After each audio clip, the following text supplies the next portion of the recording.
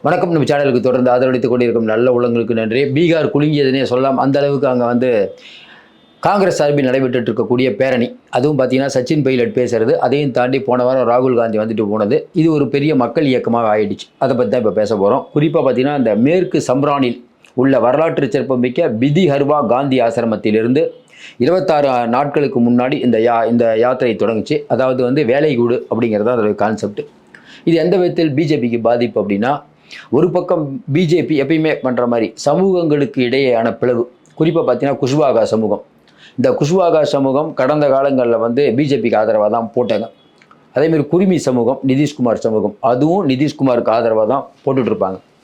இப்போ என்ன சிக்கல் வந்திருக்குன்னா, இந்த குருமி சமூகத்திலேயே பாதி இன்றைக்கி வந்து காங்கிரஸ் தலைமையிலான கூட்டணிக்கு போகிறது ஒரு வியப்பாக இருக்குது. ஏன்னா நம்ம நிதிஷ்குமாருக்கு மரியாதை தரல, நிதிஷ்குமார் செயலற்றவராக ஆகிவிட்டார் அப்படின்னு இன்றைக்கி வந்து தேஜஸ்வி சொல்கிறது மக்கள்கிட்ட எடுபடுது. இன்றைக்கி ஏறக்குறைய அப்படி தான் இருக்கார், நிதிஷ் அப்படி தான் இருக்கார். அவர் வந்து செயல்பட முடியல. இதை பிஜேபி நல்லா பயன்படுத்திகிட்டு இருக்குது. ஏன்னா அவங்க பையனும் அவ்வளோவா சரியில்லை. இப்போ இந்த வேலை கூடு அப்படிங்கிற விஷயம் வந்து இன்றைக்கி சச்சின் பைலட் வரும்போது ஏன் இவ்வளோ கூட்டம், ராஜஸ்தானின் துணை முதல்வர் வரும்போது ஏன் இவ்வளோ கூட்டம் அப்படின்னா, வரக்கூடிய தேர்தல் அப்படிங்கிறது நிர்வாக திறமையின்மை, அதுக்கப்புறம் பார்த்திங்கன்னா வறுமை, வேலையில்லா திண்டாட்டம், இதை வச்சு தான் ராகுல் காந்தி தேஜஸ்விலாம் கொண்டு போகிறாங்க. பிஜேபி நிதிஷ்குமார் இதை கொண்டு போகக்கூடாதுங்கிறதுக்காக அவங்க வந்து பெகல்காம் மேட்டர்லேருந்து பார்த்திங்கன்னா அப்படி மேட்டருக்கு இழுக்கிறாங்க, இந்தி மேட்டர் அதை இழுக்கிறாங்க. மக்கள்கிட்ட எது எடுபட போகுதுன்னு தெரியல. ஆனால் எல்லா நேரத்துலையும் ஒரு விஷயம் தாங்க, மக்களுக்கு சாப்பாடு, வேலை, இது ரொம்ப முக்கியம். அப்படிப்பட்ட சூழ்நிலையில் இன்றைக்கி மோடி எழுப்பக்கூடிய அந்த இந்துத்துவா அது எடுபடுமா நமக்கு தெரியல. ஒன்றும் வேணால் ஒரு அந்த பெகல்காம் தாக்குதல் நடந்த அடுத்த நாள் வந்து பீகாரில் பேசுகிறார், தாக்குதலில் ஈடுபட்டவர்களுக்கு அவர்கள் யோசிக்க முடியாத அளவுக்கு பதிலடி தருவேன்னு சொல்லி எத்தனை நாள் ஆச்சு. தீவிரவாதிகளை சுற்றி வளைத்தோம், அவங்க வீட்டுக்குள்ளே போய் சாப்பிட்டு போகிறாங்க, இதெல்லாம் இவர் சொல்கிறது. அப்போ அங்கே இருந்துக்கிட்டே நான் வந்து தண்ணியை நிறுத்த போகிறேன், கரண்ட்டை நிறுத்த போகிறேன், அதெல்லாம் எப்படி நிறுத்த முடியும் நம்ம அப்பயே சொன்னோம். நம்ம நல்லா ஞாபகம் இருக்குதா, சிந்துக்கு நதியில் போகக்கூடிய தண்ணியில் நிறுத்த போகிறேன்னாரு மோடி. நம்ம அப்பயே சொன்னோம், எப்படிங்க நிறுத்த முடியும், ஓடிட்டு இருக்க தண்ணியில் படுத்துக்குவீங்களா, அவ்வளோ பெரிய ஆளா நீங்கள், என்ன ஒன்றும் புரியலையே, ஒரு அணை கட்டணுங்க, எப்படிங்க தடுக்க முடியும், அப்படியே தடுத்தாலும் குடிநீர் வந்து தடுத்திங்கன்னா உலக நாடுகள்லாம் நம்மகிட்ட சண்டைக்கு வருமோ வராதா. இப்போ அமெரிக்கா என்ன சொல்லிடுச்சு, பாகிஸ்தானும் இந்தியாவும் எங்களுக்கு 2 பேரும் வேண்டிப்பட்டவங்கன்ட்டாங்க. சீனா பாகிஸ்தானுக்கு சப்போர்ட் பண்ணுறாங்க, துருக்கி பாகிஸ்தானுக்கு சப்போர்ட் பண்ணுறாங்க. துருக்கிட்டு இருக்க ஏவுகணை இன்றைக்கி உலக நாட்டில் எங்கேயுமே இல்லை, அமெரிக்காவுக்கு ஈக்குவலாக வச்சுருக்காங்க அவங்க. இப்போ மோடி அமைதி ஆகிட்டாரா, சும்மா தினைக்கு ஒரு மீட்டிங்கு, கூட்டுக்குழு கூட்டம், நாடாளுமன்றத்தில் கூட்டுக்குழு கூட்டம் போடுங்கன்னு கேட்குறாங்க, அதுக்கு பதிலே சொல்ல. இப்படிப்பட்ட மோடியை வைத்துக்கொண்டு இவங்க என்ன நினச்சிட்டு இருக்காங்கன்னா, வரக்கூடிய தேர்தலில் பாரத் மாதா கே ஜே அப்படின்னு சொல்லி ஜெயிச்சிடலாங்கிறது பிஜேபியோட பிளான். ஏன்னா நிதிஷ்குமார் அவர் உண்மையிலேயே நிதிஷ்குமார் வந்ததுக்கப்புறம் நிறைய நல்ல காரியங்கள்லாம் செஞ்சுருக்காருங்க, மாற்று கருத்து இல்லை. ஆனால் இப்போ என்ன சிக்கல்னா, பிஜேபி அப்படிங்கிற ஒரு கட்சி இன்றைக்கி வந்து நிதிஷ்குமாரை விழுங்கிருச்சு. நிதிஷ்குமார் ஆக்டிவாக இருந்திருந்தால் இப்போ சமீபத்தில் 5 அமைச்சர்கள் பதவியேற்றாங்க.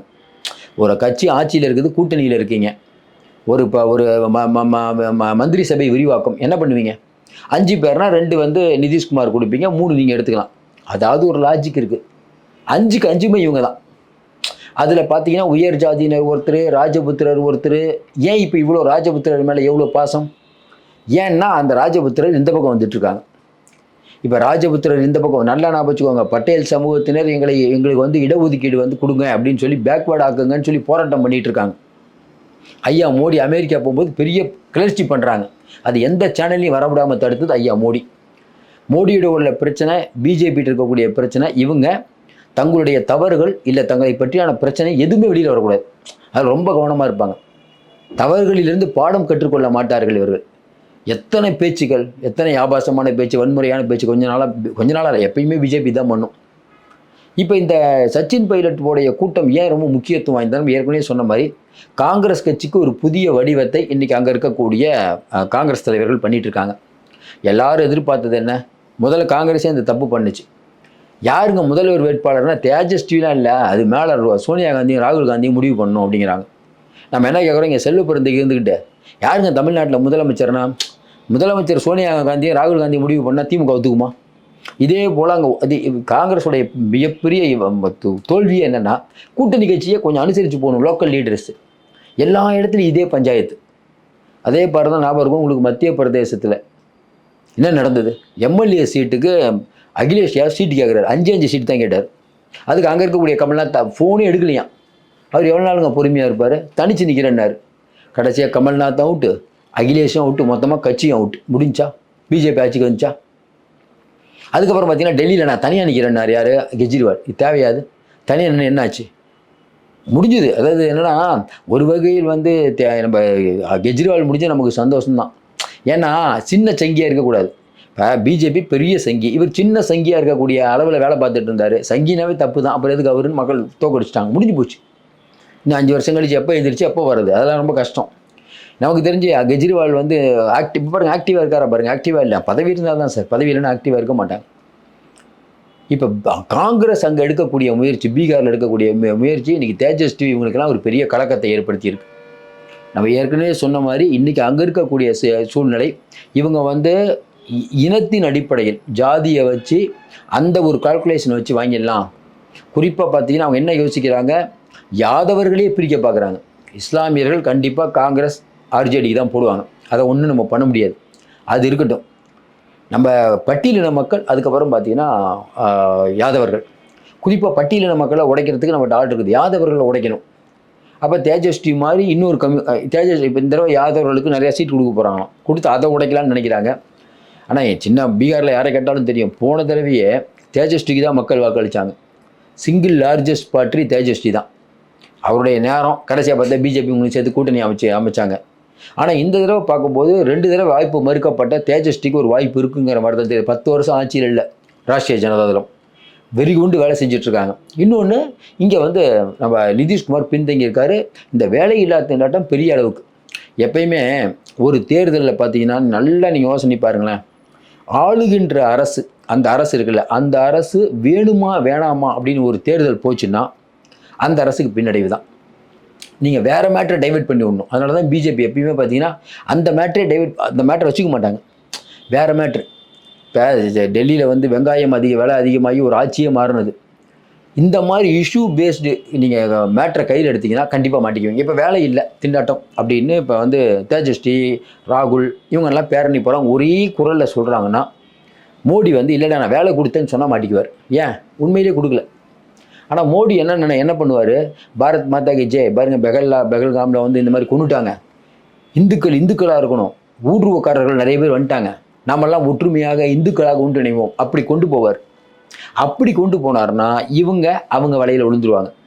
அதுதான் இவர் நம்ம பேர் என்னது சச்சின் பைலட் சொல்கிற மாதிரி பாரத் மாதா கி ஜெய் எல்லாம் இருக்கட்டும், அதெல்லாம் இருக்கட்டுங்க, முதல்ல வேலையில் பற்றி பேசுங்க. இப்போ நிருபர் கேட்குறாரு, என்னது நௌகரி சாங்கன்னா வேலை கொடு அப்படிங்கிற வார்த்தை. அது ஏங்க அது வந்து பெகல்காம்ங்கிறாரு, அதெல்லாம் பேசிட்டாங்க கண்டிச்சிட்டாங்க, மாதிரி இந்த மேட்டர் கேள்வி கேளுங்கன்ட்டார். எது வேலையில்லா திண்டாட்டம் பற்றி என்ன பதில்? மக்கள் நல பணியாளர்களுக்கு காசு கொடுக்கலன்னு சொல்லிட்டு அவங்க போராட்டம் பண்ணி அவங்க மேலே தண்ணிலாம் பாய்ச்சி அது ஒரு பெரிய கலவரம் மாதிரி வெடிச்சது. ஏன்னா இப்போ சம்பளம் கொடுக்கறதுக்கே நிதி நிலைமை இல்லாத அளவுக்கு திண்டாடுது. இதுக்கும் பீகாருக்கும் கொட்டி கொடுத்துருக்காரு பிரைம் மினிஸ்டர் கொடுத்தாரு. இப்போ பார்த்தீங்கன்னா எவ்வளோ கொடுத்தாரு. சரி, இந்த பணம்லாம் என்ன ஆச்சு? அப்படி எங்கே நிர்வாக கோளாறு நடக்குது?